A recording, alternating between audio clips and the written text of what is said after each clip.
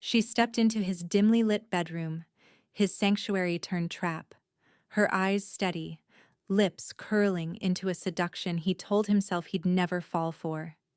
He remembered the ethical codes, never cross that line, but night after guided session, they tangled closer. She led him gently, first to the mattress, then to share secrets that were never part of therapy. She whispered she'd lost a baby, leaning into him as if he could save her. When he tried to pull away, she cried out, accusing him of abandonment, of betrayal. He began to dread the calls, the meetings, every inch of control slipping from his professional hands. Then came the false claim. She was pregnant. And his refusal was more than cold. It was criminal. A lawsuit for sexual misconduct, threatening his licensure, reputation, career. So if you think you've heard it all, you haven't. Hit follow on your favorite platform and leave us a comment, because the next story might just change the way you see everything. Don't miss a single twisted turn. Chapter 1. The first session, Dr. Mark Renner believed in boundaries. He wore them like armor, pressed slacks, collared shirts, an office that smelled faintly of bergamot and structure. He practiced in an affluent corner of Santa Monica, with a clientele that reflected the zip code: lawyers, actors, executives, wives of CEOs. Some needed medication management, others wanted someone who listened but didn't interrupt. Most were predictable. And then she walked in. Jade Colburn, 28. Curves sharp enough to wound. Confidence manufactured and magnetic. She didn't knock, just opened the door, stepped in, and smiled like she owned the room. "I'm not crazy," she said before she even sat down. Mark glanced up from his notepad, already noting the rehearsed nature of her entrance. "That's a good start," she smirked. "Depends on who you ask." She wore red lipstick, an off-shoulder black top, and jeans too tight for comfort, but somehow perfect for performance. Everything about her felt curated, right down to the chipped polish on her pinky finger. Trauma in heels. Mark was used to trauma, but not like this. The session began with vague references to an ex-boyfriend, a controlling father, a series of poor decisions wrapped in casual bravado. "I'm here because my lawyer said, candles, no incense, no soft jazz in the background." Dr. Mark Renner had stripped it all away. Even the clock on the wall ticked with mute hands. He didn't want his patients feeling relaxed. He wanted them aware, present, honest. Mark had changed. The suspension gave him time to think, to read, to lose faith in his former self and rebuild something colder, sharper, more clinical.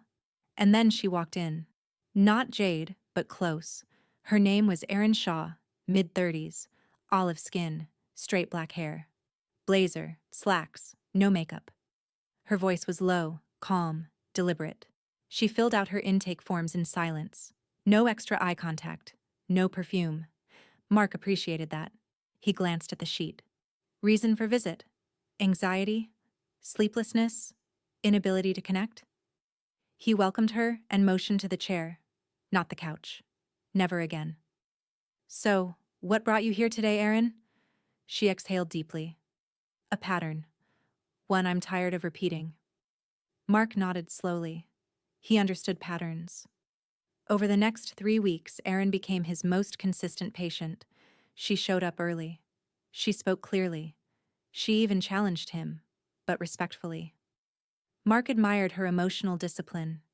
Unlike Jade, Erin didn't flirt. She didn't overshare. She didn't play to the room. She was honest. And honesty, Mark realized, was terrifying, because something about Erin's stability made him aware of how unstable he still was. Flashbacks came at night. He'd wake in a sweat, breath shallow.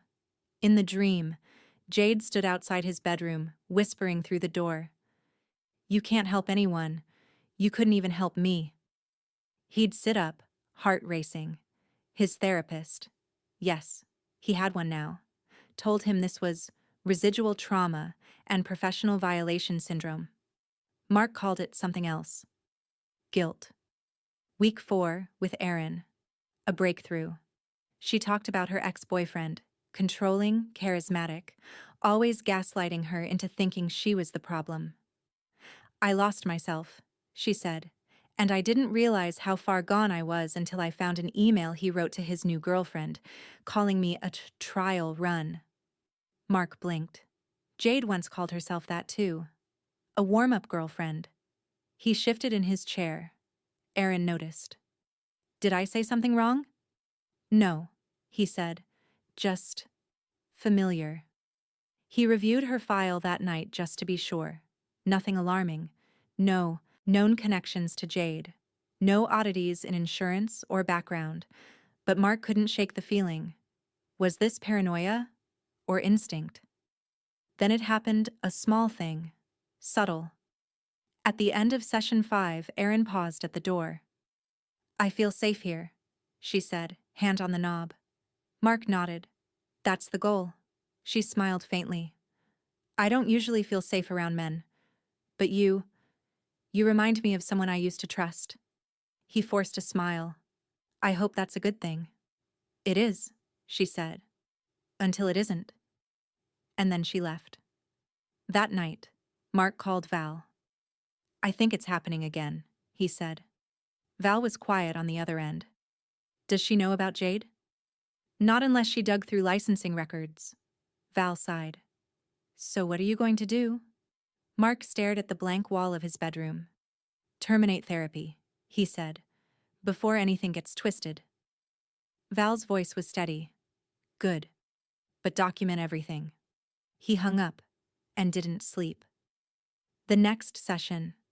Mark prepared the paperwork, a formal transfer of care, an apology, a list of referred therapists. He delivered it at the start of the session. Erin read it in silence. Then she looked up, her face blank. You think I'm her, don't you? I think this is best for both of us, he said. She stood slowly. Then, unexpectedly, she smiled. I'm not her. But you're still you. She left without another word. Later that week, a letter arrived at his office. No return address. Inside, a photo of Jade, smiling, holding a baby. On the back, written in neat cursive, told you I never lied. Mark dropped the photo like it burned. Was it real? Or just another game? He called Val. Again. She's back, he said. Val's tone was cold steel.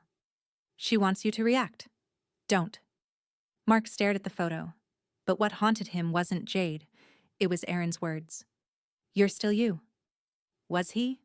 Or had Jade changed something in him forever? Chapter 6. Public Reckoning. 2 weeks later, Mark Renner was awakened by his phone buzzing angrily on the nightstand. Texts, calls, emails, dozens of notifications all at once. Never a good sign. He opened a text from Val first. Check the news immediately. Mark's stomach dropped.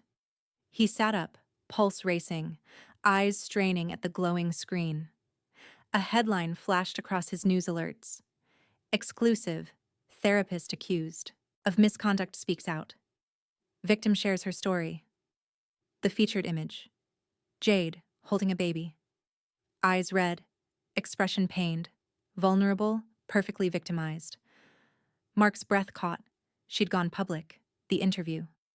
Mark clicked the link, already feeling nausea rise. There she was, tearful, sitting opposite a sympathetic reporter. Her voice shook convincingly. I trusted him. He knew everything about me. My vulnerabilities, my losses. He told me he cared, that therapy would heal me. Instead, he seduced me, controlled me. The reporter leaned in. You've alleged you became pregnant during this period? Jade nodded slowly. He pressured me to terminate. When I refused, he began stalking me, threatening me. He destroyed my reputation. Mark's hands shook violently, lies wrapped in perfect layers of truth. Carefully rehearsed and surgically delivered. The final blow? Jade's voice, fragile and trembling. All I wanted was to heal. Instead, I became a victim again. The segment ended on Jade clutching her baby protectively. Mark closed his eyes. He was finished. Public outrage. The backlash came swiftly. His voicemail filled with threats. His email inbox overflowed with hate-filled messages. Mark's social media, already minimal, was bombarded by strangers branding him a predator, a disgrace. Even his neighbors gave him sideways glances, whispers passing behind curtains. Within hours, a new official inquiry was launched by the board. Emergency hearing Mark sat before the same board members who'd previously given him a second chance. Only this time, the room felt colder. Eyes harder. The chairwoman spoke first. Dr. Renner, we've seen the news coverage. The allegations are severe. Have you anything to add before we deliberate? Val spoke quickly. We've previously provided documented evidence of Ms. Colburn's manipulations. This is a calculated media stunt. We urge the board to consider all the facts. A board member frowned deeply. Facts may not matter when public trust is irreparably broken. Mark finally spoke, his voice shaking slightly. I've made mistakes, but I've served my suspension and made amends. Jade Colburn is lying. The room went silent. The chairwoman nodded. We'll reconvene with our decision shortly. The verdict. It came faster than expected. Given the gravity and public nature of these allegations, the chairwoman began sternly. We must immediately suspend your license indefinitely pending further review. Mark felt hollow.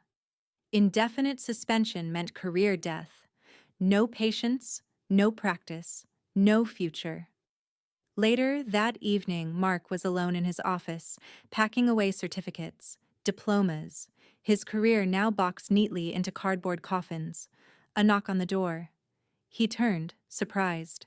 It was Aaron Shaw. What are you doing here? He asked, weary. Aaron stepped inside, her expression serious but soft. I saw the news. I needed you to know. I believe you. Mark sighed bitterly. Why? You barely know me. I know patterns. I know manipulation. And I know someone broken by it. Aaron replied quietly. Mark shook his head. It doesn't matter anymore. She stepped closer, placing a gentle hand on his arm. It does. I know Jade. Not personally, but her type. And I might be able to help. He looked up sharply. How? By giving you evidence of her pattern, Aaron said softly. I have something you need to see. Aaron's revelation. They met later at a quiet cafe. Aaron slid a folder across the table. Inside, printed emails and texts from another therapist. Another city. Another state. Different names. But the same story. The same manipulation. The same fake pregnancy. The same career-ending accusations.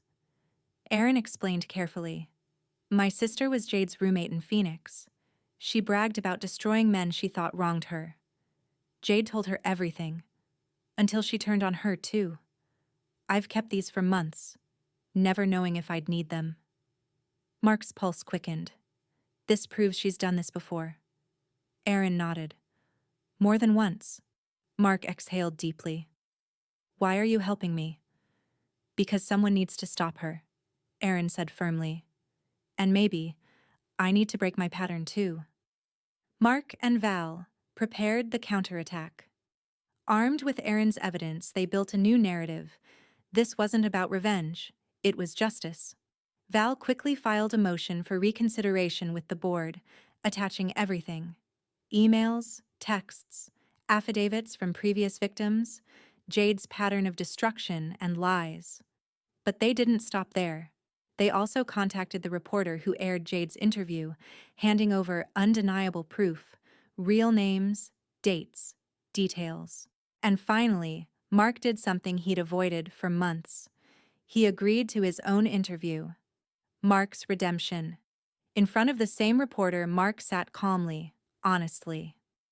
I made mistakes, but Jade Colburn was never a victim. She orchestrated everything, not just with me, but before, and likely again after.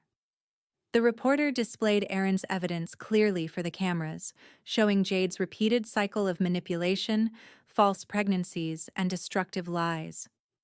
"Do you want revenge, Dr. Renner?" the reporter asked. Mark shook his head slowly. "No, I want healing. For everyone involved." Public opinion shifts. The response was immediate and massive. The public quickly turned their anger toward Jade. Sympathy for Mark surged. Previous therapists came forward, affirming the pattern. Jade's former roommate publicly supported Aaron's story. Within days, Jade vanished from public view. But this time, Mark knew better. She'd resurface. She always did. Mark's license reinstated weeks later. The board issued a formal apology and reinstated Mark's license, citing overwhelming evidence of wrongful accusations. Mark stood alone in his restored office, certificates back on the wall, ethics books stacked neatly on shelves. But he felt no victory. He knew Jade still haunted him. Final text. As Mark locked up that night, his phone buzzed. A single message from an unknown number. "You won this round, doctor. But games never end until someone quits. And I never quit." Mark stared at the message, knowing one thing clearly. He might have won today. But Jade would never truly leave his life, unless he stopped her for good. Chapter 7. Final Session. Mark stood outside Jade's apartment building, heart pounding, palms sweating. Months of turmoil had brought him here. He was no longer her therapist, nor her victim. Tonight, he was something else. A survivor. He texted her one line. "I'm outside. Let's finish this." Seconds later, her reply buzzed in his hand. Doors open. Inside Jade's apartment, the room was dimly lit. Soft music played, hauntingly familiar. Jade waited by the window, staring out into the city night. She wore white, a silk blouse that shimmered gently in moonlight. Mark stood still, guarded. "You came," she whispered, turning slowly. "To end this," he replied firmly. Jade smiled faintly. "You can't end us, Mark. We're connected forever now." Mark shook his head. "You don't control me anymore." Jade stepped closer. "Maybe not your career, but your mind? Your heart? I'm still there. You'll always wonder, always question yourself." Mark steadied his breathing. "What do you want from me?" She paused, eyes suddenly sincere. "Admit it was real, that you loved me, even for a second." Mark hesitated, carefully choosing his words. "I felt something, but it wasn't love. It was desperation, mine and yours. And now, it's time to let go." Her expression flickered. Hurt, anger, fear, all in one heartbeat. "I can't. You have to," Mark said gently.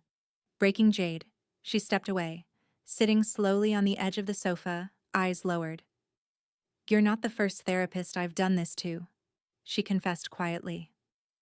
"I know," Mark replied, voice steady. She looked up sharply. "Then why did you come here?" "To give you a chance," Mark said. "To stop running. To finally heal." Jade's eyes filled with tears.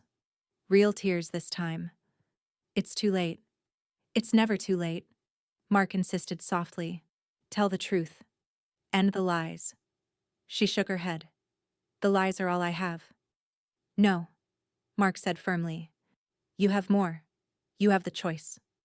Jade's breathing quickened. She stood abruptly, pacing nervously. "If I admit everything, they'll ruin me. My life will be over." Mark moved cautiously closer. "Your life ended when you started this, but you can still have a new one. Real this time." She faced him defiantly.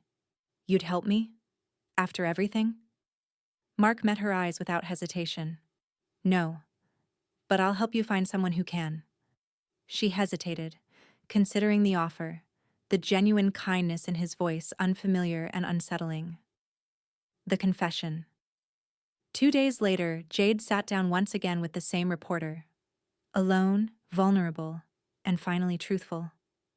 I lied about everything, she admitted slowly. I was never pregnant with Mark's child. I targeted him. I used him. And I'm sorry.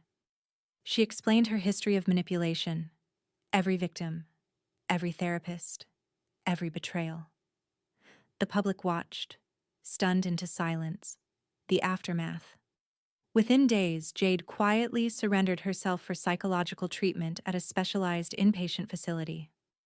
Mark received confirmation only through a brief email from the reporter. Mark felt relief, but no joy. Jade's departure from his life left a void, a strange silence where anxiety had once roared. Still, he knew he had done the right thing. Returning to normalcy, weeks passed into months. Patience returned, trust slowly rebuilding. Mark found a deeper humility, a gentler strength. He spoke openly about his experiences at ethics seminars, warning others about boundaries, manipulation, and self-awareness. Jade never contacted him again. And slowly, life moved forward. 1 year later, Mark walked into his office, sunlight streaming warmly through the windows. A single envelope lay on his desk, unmarked, sealed. Inside, a handwritten note in familiar cursive. I'm getting better. I hope you are too. Thank you for giving me the chance to heal. Jade. He folded it gently and tucked it into a drawer, taking a deep, calm breath. The final truth. Mark realized something profound in that quiet moment. He'd started this journey believing he could heal others without healing himself. Now he understood the truth clearly. Every therapist has their wounds. But true strength wasn't hiding from pain, it was facing it, acknowledging it, and choosing to grow anyway. He was finally free, not from Jade, but from himself. Therapy looks good on paper, she admitted. Custody hearing. Mark kept his expression neutral. You have a child? Had. She looked away. Daughter. 5. Her name's Lola. Had. It lingered. A word that changed the room's pressure. Mark didn't press, not yet. He let her talk. That was his strategy. Give people enough space and they'd fill it with their own revelations. But Jade wasn't interested in being interpreted. She was interested in him. You're different from my last therapist, she said halfway through. You listen better. And you're not 65 and married to beige. Mark tried to redirect. It's important to feel safe with a therapist. But what you're describing sounds more like attraction. She held his gaze. Is that wrong? He hesitated, long enough for her to notice. That's what I thought, she said, leaning forward. Maybe I make you uncomfortable. After she left, Mark sat alone in the room longer than usual. He reviewed his notes. No red flags, nothing concrete, just a feeling. But therapists are trained not to act on feelings without evidence.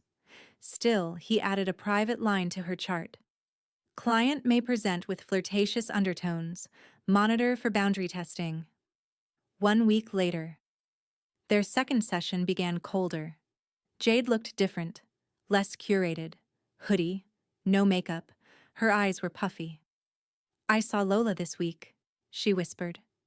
Mark froze. She hadn't said the child was dead, just not in her custody. But now her tone was softer, childlike. She doesn't remember me. Or maybe she does, and just doesn't care. He waited gently. Would you like to talk about what happened between you and her father? She didn't answer. Instead, she stood up and walked toward the window. I used to be someone, she said, back turned. I used to be worth watching. He followed her gaze, down to the street, the traffic. Her reflection hovered in the glass, ghostly. I don't want to do this today, she said finally. Can we just sit here? They did, in silence. No talking, just presence. It was unconventional. But Mark told himself it was therapeutic. Some wounds don't speak right away. Week 3. She brought him coffee. Double espresso, no sugar. I asked your receptionist. Mark hesitated. Thank you, but I can't accept gifts from clients. Jade shrugged. It's just coffee, not a condo. He didn't drink it, but he didn't throw it away either. That afternoon, he found himself thinking about her more than he wanted. The way she watched him, the way she read him, and something else. A hunger. For connection? For validation? Or for control? Week 4. Jade came in late, hair damp, breathless. I almost didn't come, she said, tossing her purse on the couch. Why? I had a dream about you, she said casually. You want to know what happened? Mark didn't respond. She smirked. You were in my bed, but you were wearing a tie. He cleared his throat. Jade, therapy is not a place for sexual fantasy. I want to remind you that there are rules, she cut in. Yeah. Power dynamics, code of ethics. I've read it all. But let's be honest, doctor. You think about me too. He didn't answer, but silence was enough. Jade leaned back on the couch and crossed her legs. Tell me I'm wrong. Week 5. He should have transferred her to another therapist. He should have documented everything in detail. He should have said no when she asked for a session outside normal hours. But Mark Renner was human. And late one Thursday night, after the office lights were dim and the world outside felt quiet, she showed up at his private door. Can we talk? She asked, eyes wide, tears down her cheek. He let her in. That night, the boundary broke. And in that moment, in the soft creak of the bedroom floor, in the whispered names, in the careful removal of regret, they were no longer therapist and client. They were something else. Something doomed. And neither of them would leave that room the same. Chapter 2. Seduction in Sessions. It began with a kiss. Not passionate, not planned. Just a quiet kiss in the half-dark of Mark Renner's living room, where he thought he was helping a distraught patient. Jade's mascara was streaked. Her hands trembled. She leaned on him like grief had collapsed her spine, and when her lips found his, he didn't pull away. Not right away. Not until after. The next morning, Mark sat in his office before sunrise. No patience, just silence and shame. He hadn't slept. The sheets still smelled like her perfume, rose water and something darker. He replayed the night in pieces. Her trembling voice, the heat of her skin, the way she looked at him like she'd finally won. She had. Mark knew the ethics, knew the consequences, but what haunted him more than what happened was how much he wanted it. That evening, Jade returned to her regular time slot like nothing had changed. She wore a cream sweater, no bra, and a grin that said she already knew his answer to every question. You okay, doctor? He didn't speak. You're quiet today, she added, curling up on the couch like a cat in a sunbeam. Is it because I kissed you? Or because you kissed me back? Jade, he began. No, she said, cutting him off gently. Don't do that. Don't go back into doctor mode. Last night wasn't therapy. That was real. Mark stood, pacing slightly, a hand running through his hair. It was a breach. It was unethical. And it can't happen again. Jade tilted her head. Then why haven't you reported it?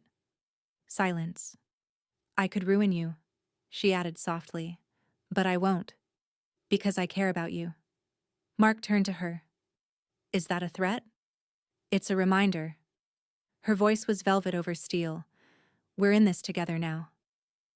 Weeks passed. They resumed sessions. On paper, nothing changed. But between the lines, everything had. Jade's behavior grew bolder.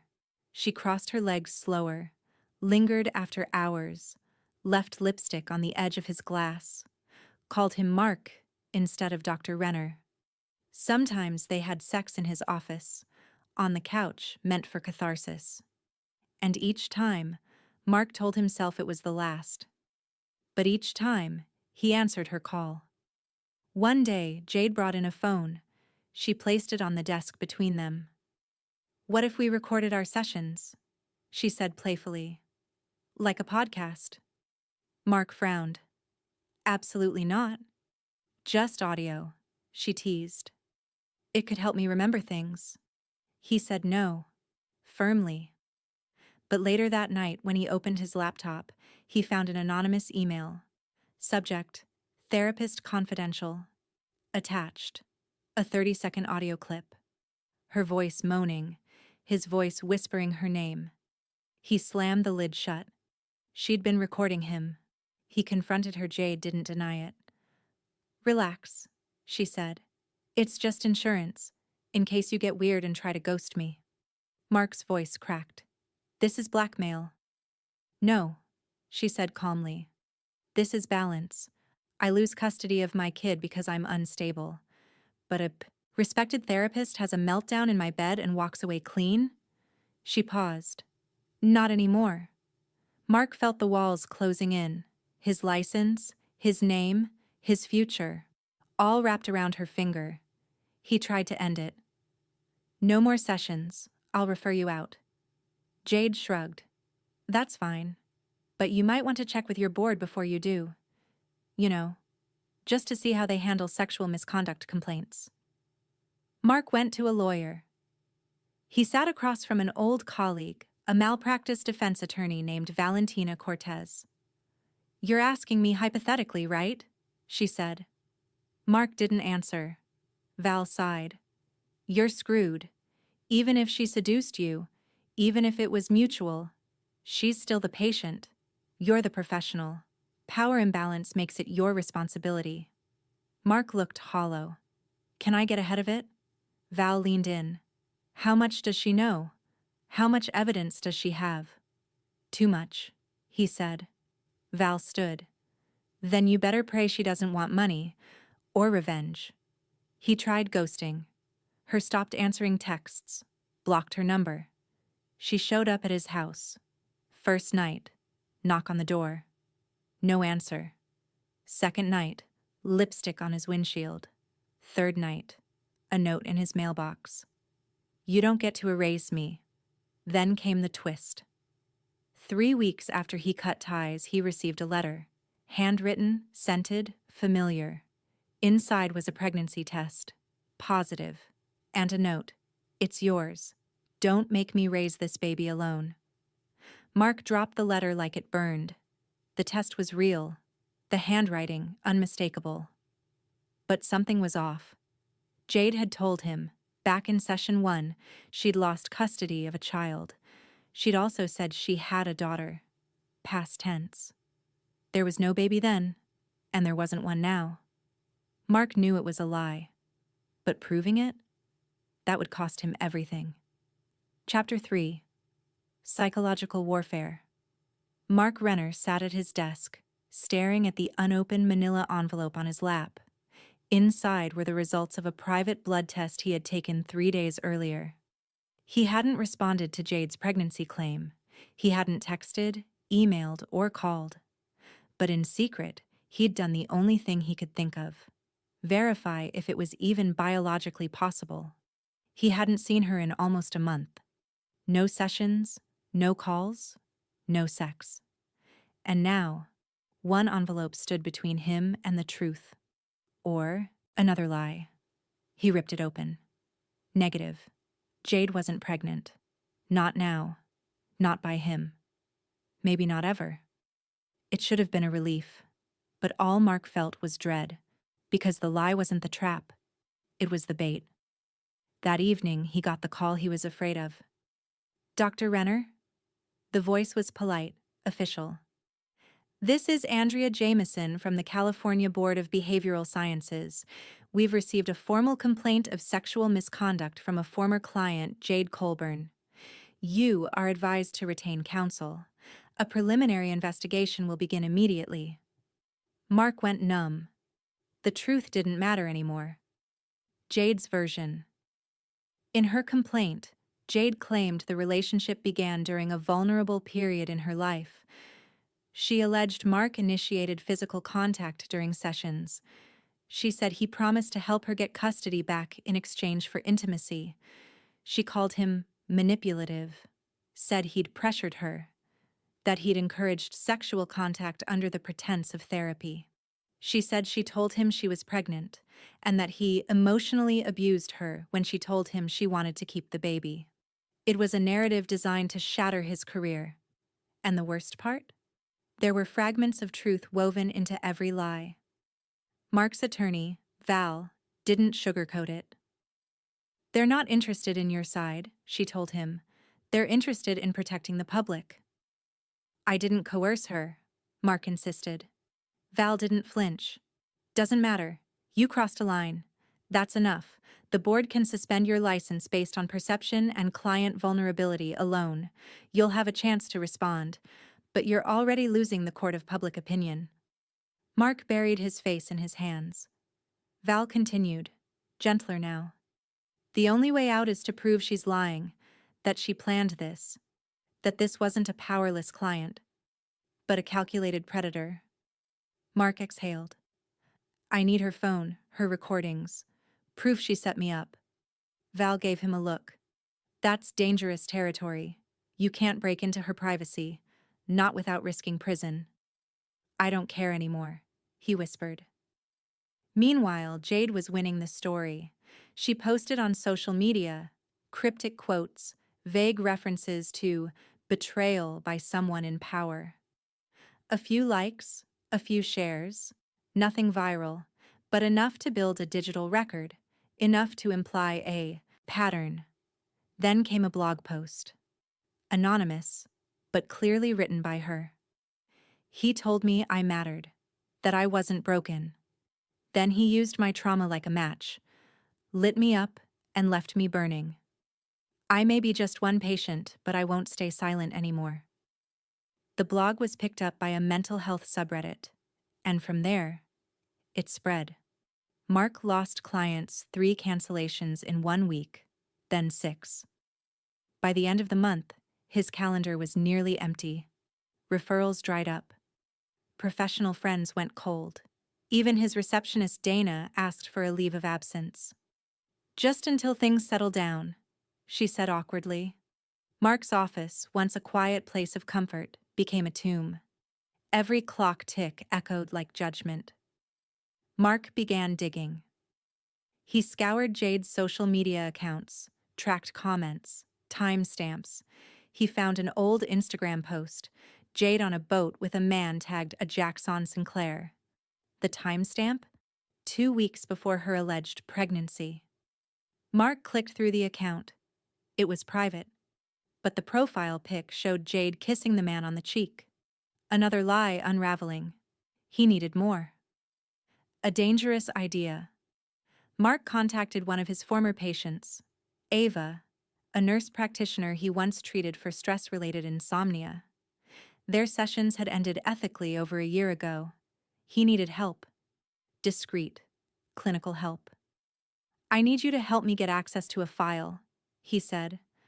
"I think she's faked medical records." Ava hesitated. "That could cost me my job." Mark nodded. "I know." She paused, then agreed. What they found, Ava's contact inside the clinic Jade claimed to visit, shared confidential info over encrypted email. No pregnancy tests on file for Jade Colburn.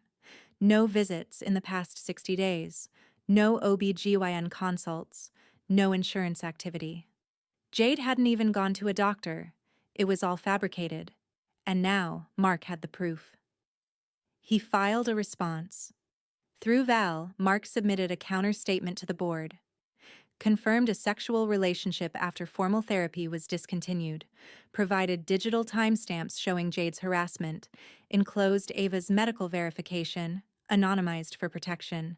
Attached screenshots of flirtatious texts, the fake pregnancy test, and her veiled threats. Val warned him, "Even with all this, they might still suspend you. But it gives us leverage." Then came the oddity. Visit Jade showed up at his doorstep. At night. again. She didn't knock, just stood there in a silk trench coat holding something in her hand. A flash drive. "I'm tired," she said, "of pretending, of pushing." Mark didn't respond. She held the drive out. "It's everything. The recordings, the blog drafts, even the script I was going to send to a podcast. You win." He didn't take it. "Why now?" he asked. Her eyes glistened. "Because I realized, even when I win, I still lose. You never love me." Chapter 4. Breaking the Frame. Mark didn't move. The flash drive trembled in Jade's hand, but her face was calm, eerily so. Her trench coat caught the porch light, glowing like a ghost. She wasn't here to beg. She wasn't here to confess. She was handing him her power, and daring him to take it. Finally, he stepped forward and accepted the flash drive without a word. Jade smiled, a sad, hollow smile. "You're not the man I thought you were." Mark stared at her. "Neither are you." She turned and walked into the night. No apology, no closure, just distance. Inside his home, Mark sat down, inserted the flash drive, and opened the folder. Dozens of audio files, one named Session 05 Bedroom Full .wave.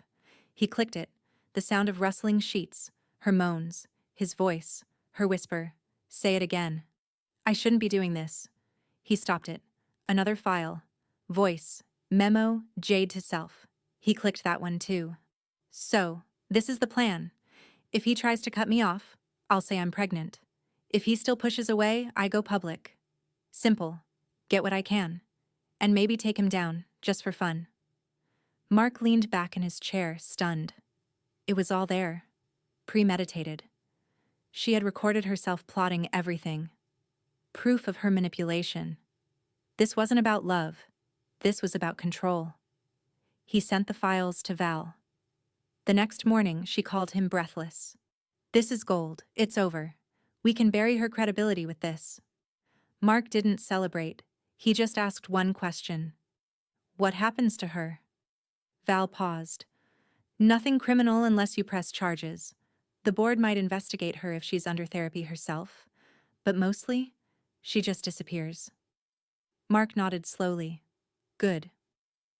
But that night, he didn't sleep. Not because he was afraid, but because he couldn't decide what kind of man he wanted to be. Now, he'd been manipulated, violated, set up. But he had also broken the oath, crossed the line, slept with someone he swore to help. Was it mutual? Yes. Was it ethical? No. And even with all the files, the damage was already done. Board hearing. 30 days later. Mark stood in front of a long mahogany table, facing 3 evaluators and 2 attorneys. Val stood beside him, calm, sharp. The opposing counsel presented Jade's original complaint, accompanied by excerpts from the recordings she had submitted. Edited, cropped, weaponized. Then Val stood. She played the full versions, the manipulation, the planning, the faked pregnancy. And finally, the voice memo where Jade admitted she was never pregnant at all. The room went still. One of the board members shook his head in disbelief. Decision. No criminal charges, no immediate revocation of license. But 6-month suspension, required ethics re-education. Supervised return with bi-monthly audits. Mark accepted it. He wouldn't run. He wouldn't hide. He would rebuild. Meanwhile, Jade vanished. She deleted her social media. She moved out of her apartment. No forwarding address. No follow-up complaint. Some said she moved to Arizona. Others believed she found another therapist. Another Mark. Mark didn't care anymore. He was done looking over his shoulder. But he also knew. Women like Jade don't disappear. They just change cities. Mark returned to practice. Quietly, he moved to a smaller office across town. He no longer decorated with soft lighting and candles. No couch either. Just 2 chairs, 2 pens, one locked filing cabinet, and a new intake rule. All sessions are recorded, with consent. He'd become the thing he once resented. Guarded, watchful, but alive. One final email. Months later, a message landed in his inbox. No subject line. From unknown, protonmail.com. You were the only one who ever listened, even if I hated you for it. I lied about everything. But the baby, there was a baby. Once. And I lost it. Long before I ever met you. You just became the stand-in for every man who left. I'm sorry. I think. Goodbye. No signature. Just silence. Mark stared at the screen, then closed the laptop and walked away. Chapter 5. A new face. An old pattern. 6 months later. The office smelled like nothing. No,